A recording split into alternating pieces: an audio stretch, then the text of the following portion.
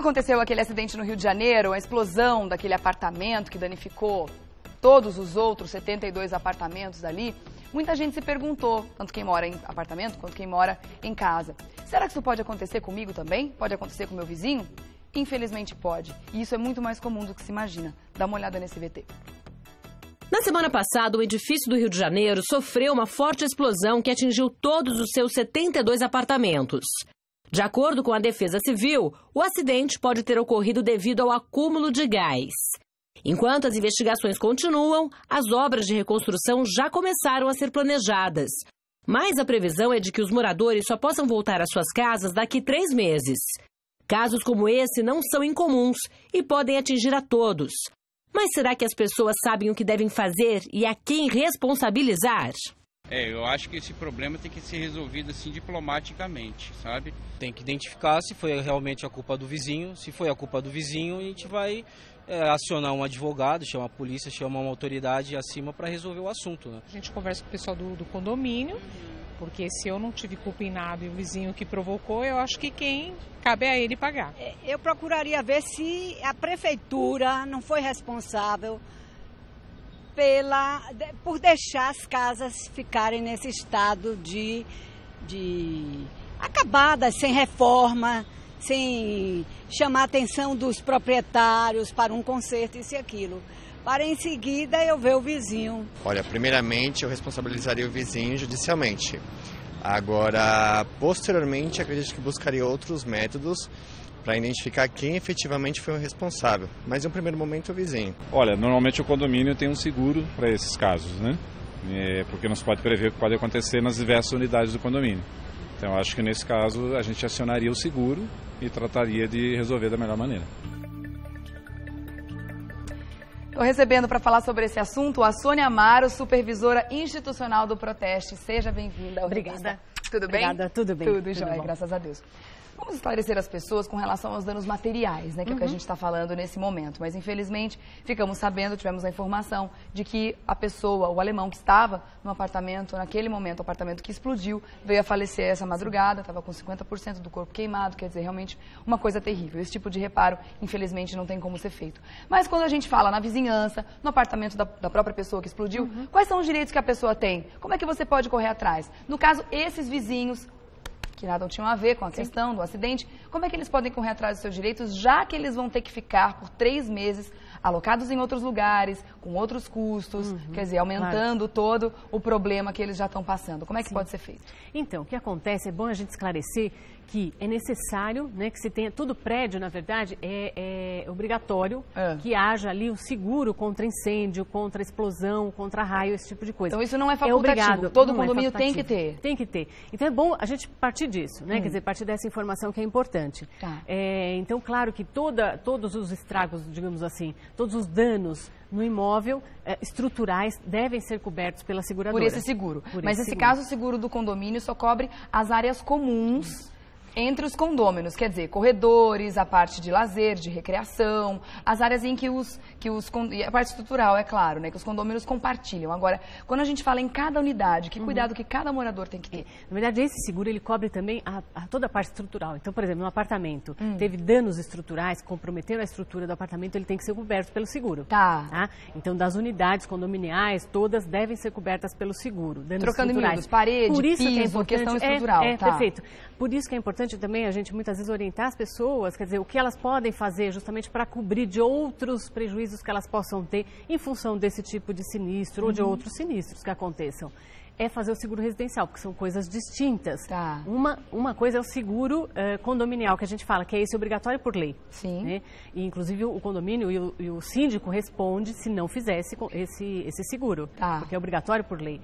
Já existe o outro seguro, que é o residencial, para cobrir outros bens e outras possibilidades que tenha, se houver, claro, o sinistro. Então, nesse caso, onde os moradores provavelmente também perderam eletrodomésticos, móveis, essa parte é exclusivamente coberta por um seguro pessoal que a pessoa pode ter feito. Exato, que é o seguro residencial que a gente fala. Certo. Então, se a pessoa não tiver, ela vai ter que arcar com esses prejuízos, porque o condomínio não responde por esse tipo de material. Isso, o condomínio não responde. Agora, claro que os condôminos, os proprietários, enfim, dos imóveis, é claro que eles poderão buscar, né, até, claro, no judiciário, a reparação pelos prejuízos que eles tiveram, mesmo que eles não tenham, claro, o seguro. Porque o seguro é uma, digamos, é uma comodidade, de certa forma, a gente até pode utilizar esse termo, para que as pessoas possam se ressarcir dos prejuízos. E aí, quem vai discutir com quem ali ocasionou o problema, quem acabou realmente... Quem originou o problema. Quem originou o problema, exato, claro, vai ser a seguradora. Certo. Né? Então, por isso que a gente fala, é uma comodidade, no final das contas, as pessoas contratarem o seguro, porque ela não vai ter que discutir, ingressar com uma ação contra ali o causador daquele sinistro. E esses custos extras que as pessoas estão tendo agora, no caso, essas famílias vão ter que ficar no mínimo 3 meses fora de casa. Ou elas vão para casa de parentes para tentar reduzir o custo, mas é óbvio que vão ter aí despesas a mais. Quem é que paga essa conta, no fim das contas? O que acontece, é claro que essas condôminos, eles têm, como eu falei, eles têm o direito, né, de pleitear judicialmente a reparação por todo e qualquer prejuízo que eles tenham sofrido. Então, as pessoas que entenderem que elas realmente tiveram outros prejuízos e que esse prejuízo eventualmente não está coberto por nenhum tipo de seguro, elas poderão então ingressar com uma ação pleiteando a reparação pelos danos e inclusive eventualmente despesas que eles tenham, né? Esse ressarcimento por ter ficado, por conta de ter hotel, ficado fora, exatamente, né? Perfeito. Certo. Agora, quando a gente fala em seguro residencial, a gente tem também que saber que são vários os tipos de seguro que estão disponíveis para serem contratados. Que cuidados que as pessoas têm que ter para essas coberturas? Para saber quais são as necessidades que ela tem. É importante que as pessoas, antes da contratação do seguro, elas verifiquem exatamente o que está sendo coberto pelo seguro.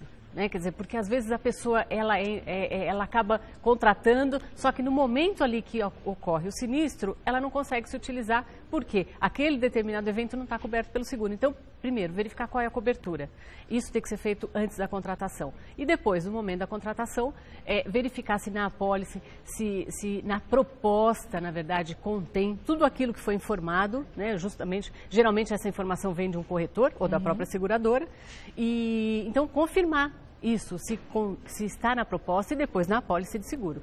Né? Então é importante tomar esses cuidados e verificar naturalmente também na SUSEP, isso pode ser feito via internet, verificar se existe ali o registro tanto da seguradora quanto do corretor que está fazendo ali essa intermediação do seguro. E o que o segurado precisa para acionar esse seguro, no caso, tendo algum problema, sei lá, de repente, nesse caso, o apartamento pode ter ficado completamente destruído e também levado embora muitos papéis, a pessoa não tem comprovação de que tem aquele seguro, como é que ela pode fazer? Olha, importante é imediatamente, a partir do momento que aconteceu o evento, o sinistro, né, que a gente diz, imediatamente essa pessoa tem que entrar em contato com a seguradora, com o corretor, muitas vezes que ela tem ali, que faz a intermediação, e então eles vão informar todos os documentos necessários. E eu digo isso porque depende do sinistro. Então, dependendo do sinistro, tem que ser apresentado um documento, dependendo outros documentos. Então, é importante, a partir do momento que aconteceu, entrar em contato imediatamente, já, inclusive, informando, olha, aconteceu nesta data, claro, de preferência até mais ou menos o horário que aconteceu, se for possível isso, né?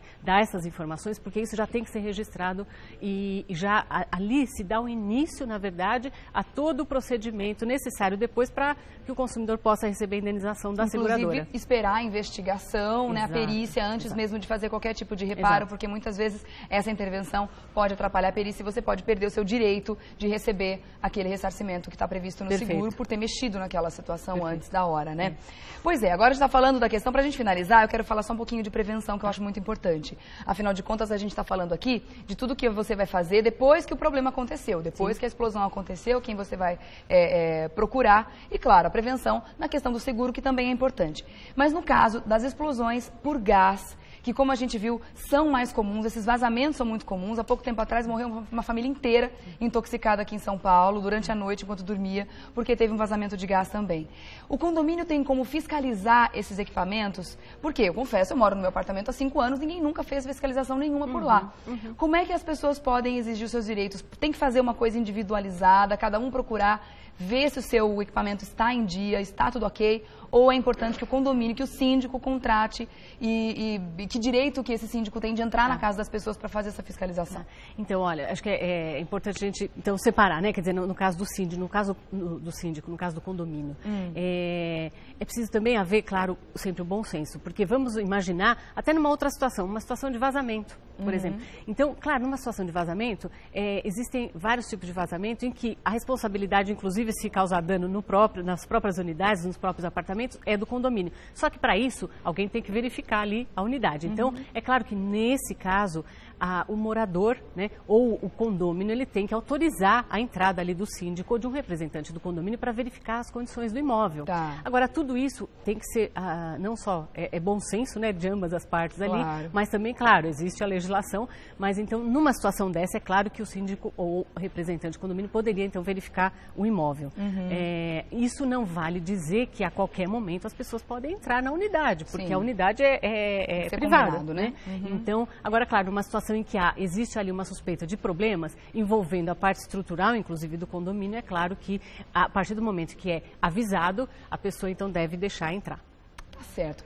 Fica aí como uma dica, então, né, gente? De repente, na próxima reunião de condomínio, você pode sugerir para o síndico que seja feita essa vistoria em todas as unidades, porque é importante você estar cuidando não só do seu patrimônio, da sua propriedade, como também da vida das pessoas que ali moram, da sua casa e dos seus vizinhos também. Isso é muito importante, também faz parte do nosso trabalho de cidadania, não é? Deixa eu agradecer mais uma vez a Sônia Amaro, supervisora institucional do Proteste, que esteve com a gente hoje, esclarecendo esse assunto bem importante. Obrigada mais uma vez. Agradeço a participação. E tem também o site para deixar, né? Qualquer Isso, consulta, por favor. Muitas pesquisas interessantes, inclusive, comparações e tudo mais. Muito legal esse site, viu, gente? Proteste.org.br. Obrigada mais uma vez. Obrigada a vocês. Até a próxima.